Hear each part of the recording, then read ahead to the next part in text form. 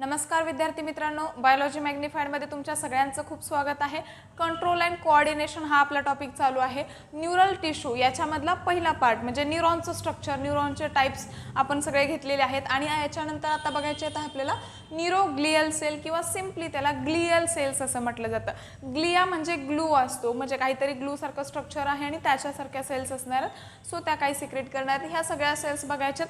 आपल्याकडे दोन nervous system म्हणण्यापेक्षा पार्ट्स आहेत, नर्वस सिस्टम एकच आहे।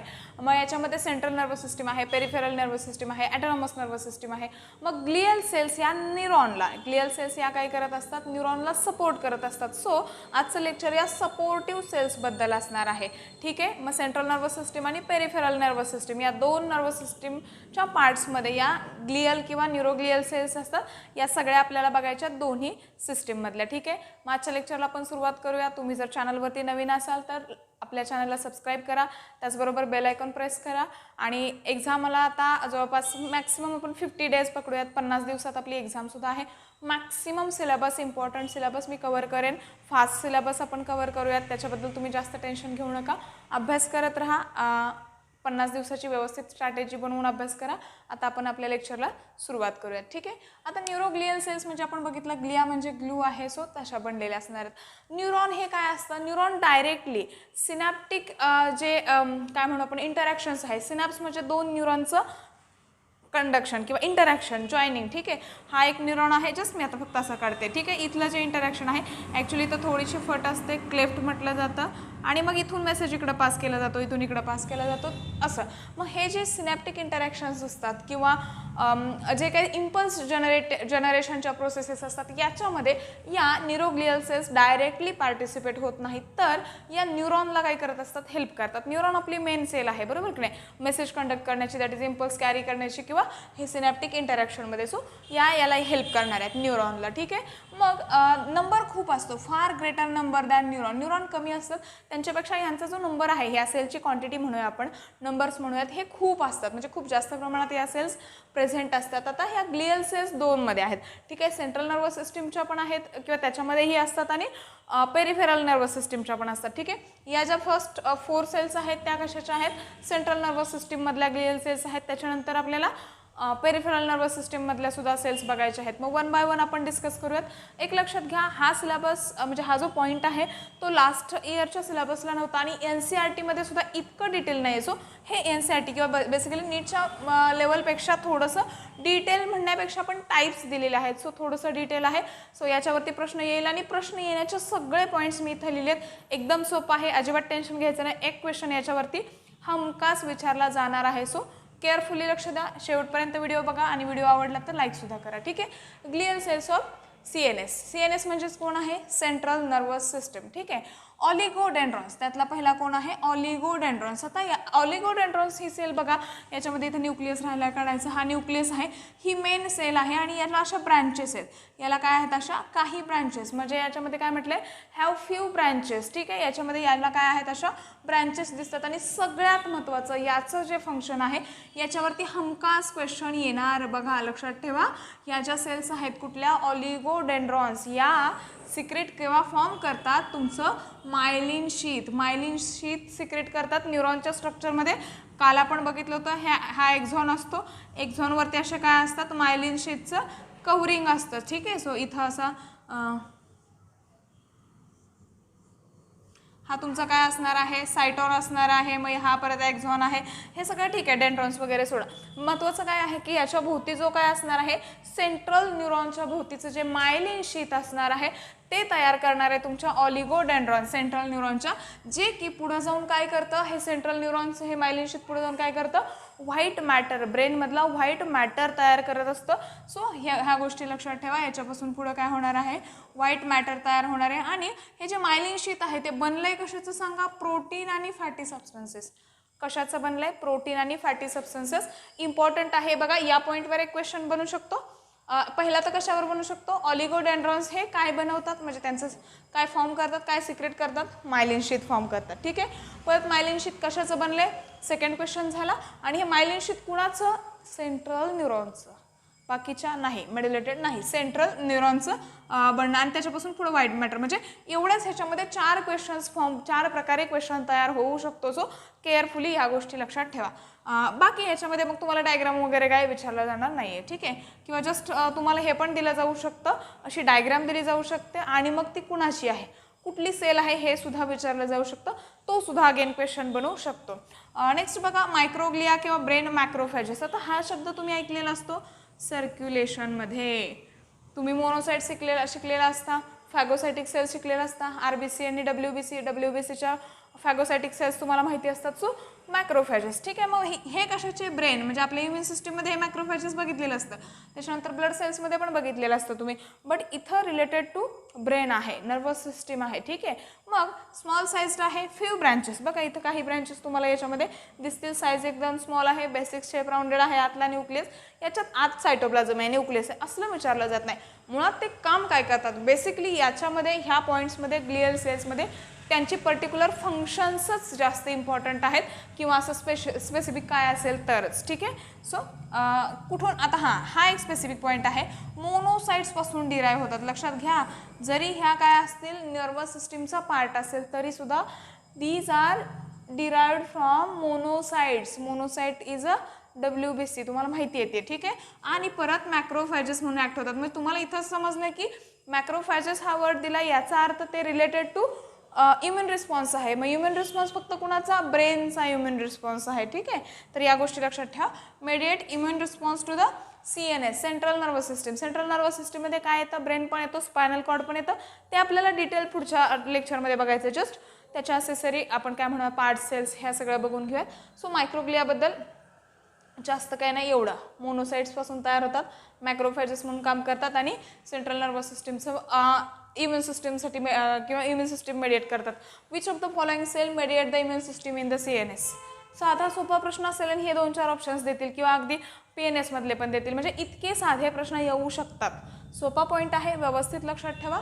नेक्स्ट बघूयात आपण ॲस्ट्रोसाइट. ॲस्ट्रोसाइट हे स्टार शेप असतात. बघा दिसतंय तुम्हाला हे स्टार शेप, स्टारफिश आपण बघतो थोडासा, स्टार शेप आहे. आणि हे एक लक्षात ठेवा, याच्यावरती एक पॉईंट बनेल, याच्यावरती एक क्वेश्चन बनवू शकतो. मोस्ट अबंडंट सेल्स किंवा glial cells in the CNS, ठीक आहे. आपल्याला श्वान सेल बघायची आहे, तर ती PNS मधली मोस्ट अबंडंट म्हणजे जास्त क्वांटिटीमधली. ह्या 4 सेलमध्ये सगळ्यात जास्त कुठल्या सेल्स असतील, ॲस्ट्रोसाइट्स असतील. सो सगळ्यात जास्त क्वांटिटी, मोस्ट अबंडंट कुठल्याही शब्दात विचारलं तरी तुम्हाला सांगता आलं पाहिजे की ॲस्ट्रोसाइटची क्वांटिटी ग्लियल सेलमध्ये. जर तुम्ही CNSचा विचार करत असाल तर CNSमध्ये ॲस्ट्रोसाइटची संख्या सगळ्यात जास्त असते. इझी, एकदम सोप्या लेवलचा क्वेश्चन आहे, बनवू शकतो, व्यवस्थित लक्षात ठेवा.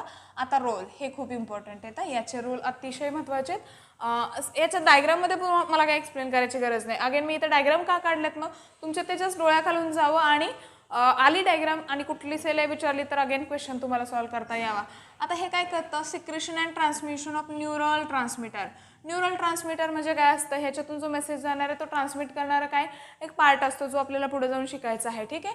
सो न्यूरल ट्रान्समीटरचं सिक्रेशन पण करणार आहे आणि त्याचं वेरियस पार्ट्समध्ये CNSच्या काय करणार आहे ते ट्रान्समिशनसुद्धा करणार आहेत. कोण, आपल्या ॲस्ट्रोसाइट्स.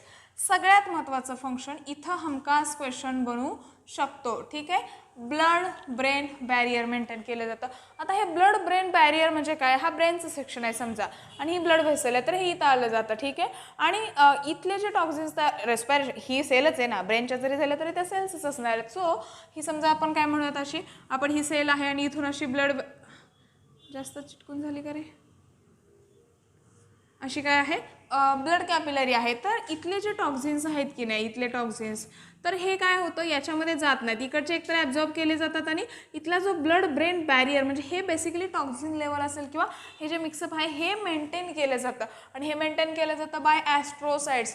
100% गॅरंटी आहे की याच्यावरती किंवा चान्सेस आहे त्याच्यावरती प्रश्न येऊ शकतो, क्लिअरली लक्षात ठेवा. त्याच्यानंतर याचा रोल काय, regulate transmission of electrical impulse with brain.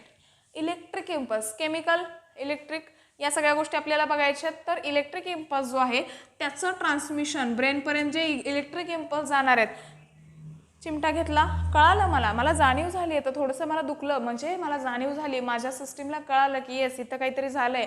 आणि हे जे इलेक्ट्रिक इम्पल्सेस असतात हे इम्पल्स ब्रेनपर्यंत त्याचं जे ट्रान्समिशन आहे या इलेक्ट्रिक इम्पल्सचं, म्हणजे इथं मी चिमटा घेतलेला मला जाणवलं ना, सगळे ॲनालिसिस कुठून होतं आहे, ब्रेनमधून होतं आहे. जरी मला जाणीव इथं होत असली, दुखतंय माझं थोडंसं इथं ना, बट स्टील हे प्रोसेसिंग सगळं झालं आहे कुठं, ब्रेनमध्ये झालं आहे. मग तो जो मेसेज आहे इथून ते ब्रेनपर्यंत पाठवण्याचा तो इलेक्ट्रिकल इम्पल्स ट्रान्समिशन, त्याचं जे ट्रान्समिशन आहे म्हणजे इथून इथं जो मेसेज गेला त्याचं रेग्युलेशन कोण करतं, तुमच्या ॲस्ट्रोसाइट्स. ठीक आहे, बघा जेवढा जास्त नंबर आहे त्यांचा क्वांटिटी जास्त आहे, कामंसुद्धा इम्पॉर्टंट आहेत. ठीक आहे, सो ब्लड ब्रेन बॅरियर इथे क्वेश्चन बनवू शकतो. नेक्स्ट हे न्यूरल ट्रान्समीटर आणि मोस्ट अबंडंट, व्यवस्थित लक्षात ठेवा, स्टार शेप तर आहेच, तुम्हाला लक्षात ठेवायचंच आहे. नेक्स्ट आहे इपेंडिमल सेल्स. ठीक आहे, इपेंडिमल सेल्स बघा कशा आहेत, एकदम अशा सोपे सोपे, एक एक सिंगल सिंगल सिंगल आणि एक लेअर बनला आहे, तुम्हाला दिसतंय हे असं असणार आहे, हे असं काय असणार आहे, एक सिंगल अशा सेल्सच्या लेअर आहेत आणि थोडंसं असं. आता बघा सिंगल लेअर, तुम्ही इपिथेलियम शिकले की नाही, इपिथेलियम म्हणजे आउटर लेअर असतो. ठीक आहे, मग form single layer of squamous और कॉलमनर ऑफनली सिलिएटेड, बऱ्याचदा. ठीक आहे, हे असं सिलिया थोडंसं असं स्ट्रक्चर असणं इपिथेलियम. आता हे कुठं, हे असा इपिथेलियल लेअर हे कुठं, ह्या ज्या सेल्स आहेत कोणत्या इपिंडिमल सेल्स, या इपिथेलियल लेअर तयार कुठं करतात, तर ब्रेन व्हेंट्रिकल्समध्ये. व्हेंट्रिकल म्हणजे काय असतं, कॅव्हिटी, ब्रेनमध्ये ज्या कॅव्हिटी असतील त्याचं जे इनर लायनिंग आहे, म्हणजे ही समजा अशी कशी तरी कॅव्हिटी आहे, तर इथं ह्या अशा सेल्स असं सिंगल लेअर, आता मी थोड्याशा मोठ्या दाखवल्यात का आपल्याला दिसल्या पाहिजे. ठीक आहे, तर असं हा सिंगल लेअर काय करणार आहेत, ह्या फॉर्म करणार आहेत, याची न्यूक्लियससुद्धा आपल्याला काढली पाहिजेत. ठीक आहे, सो हे गोष्ट लक्षात ठेवा. त्याच्यानंतर कुठं, central canal of spinal cord, brain आहे, ब्रेन तुमचा जस्ट आपण कवटी काढली, आतमधला ब्रेन काढला का नाही, याच्यानंतर इथं खाली काय होणार, स्पायनल कॉर्ड अराईज होणार. आणि स्पायनल कॉर्डचा जो सेंट्रल कॅनल आहे की नाही मधला, इथं सुद्धा आता हा जस्ट समजा की ओके, आपण असं पण दाखवू शकतो, हा मधला सेंट्रल कॅनल समजा, तर आता मी फक्त हे असं काढते, हे असं काय असणार आहे, सिंगल लेअर असा बनणार आहे. सो ही गोष्ट लक्षात आली, कुठला कुठला सिंगल लेअर आहे, कुणाकुणाचा, एकतर स्क्वॅमस आहे, कॉलमनार आहे, किंवा बऱ्याचदा काय असतो सिलिएटेड इपिथेलियमसुद्धा बनतं, कुणाचं, ब्रेन कॅव्हिटीज किंवा ब्रेन व्हेंट्रिकल्स आणि स्पायनल कॉर्डचा सेंट्रल कॅनल. ठीक आहे, ह्याच्यामध्ये हा काय करतो, सिंगल लेअर फॉर्म करतो इपिथेलियमचा.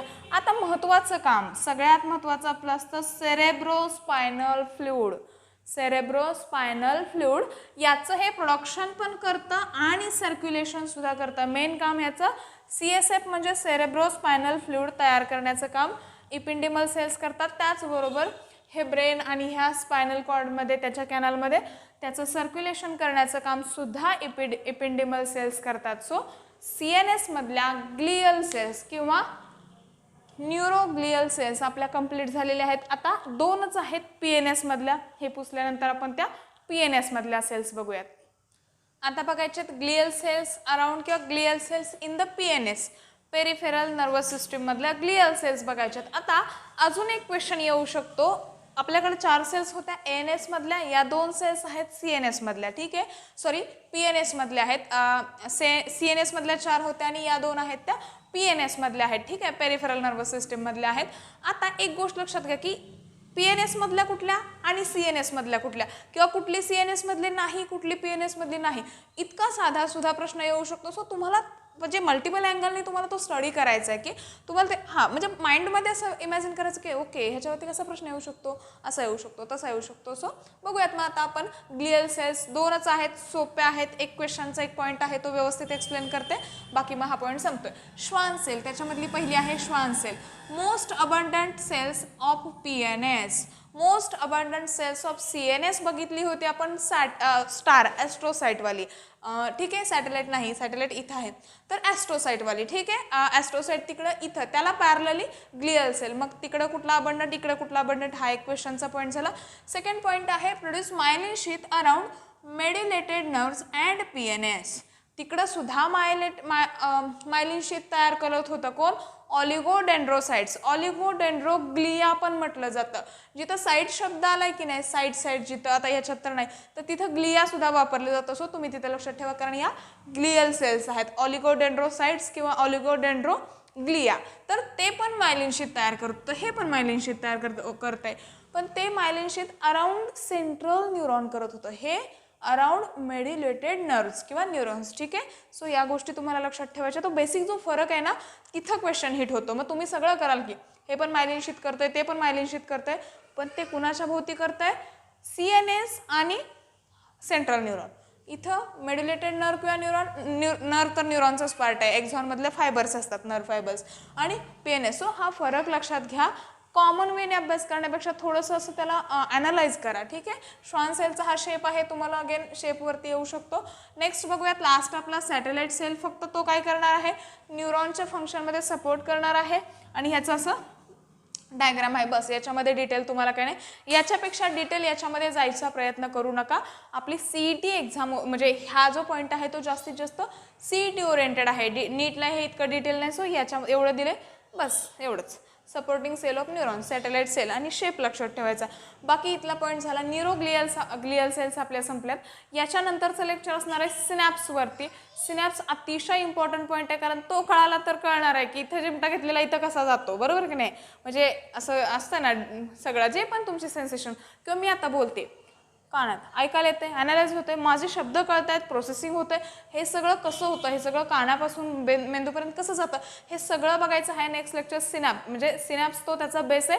ते सगळं कळण्यासाठी सिनॅप्स इम्पॉर्टंट आहे. सो तोपर्यंत काय कराल, चॅनलला सबस्क्राईब करून ठेवा, व्हिडिओला लाईक करा आणि तुमच्या फ्रेंड्समध्ये तोपर्यंत चॅनल शेअरसुद्धा करून ठेवा, जेणेकरून सगळ्यांना या आपल्या चॅनलचा फायदा होईल. थँक्यू.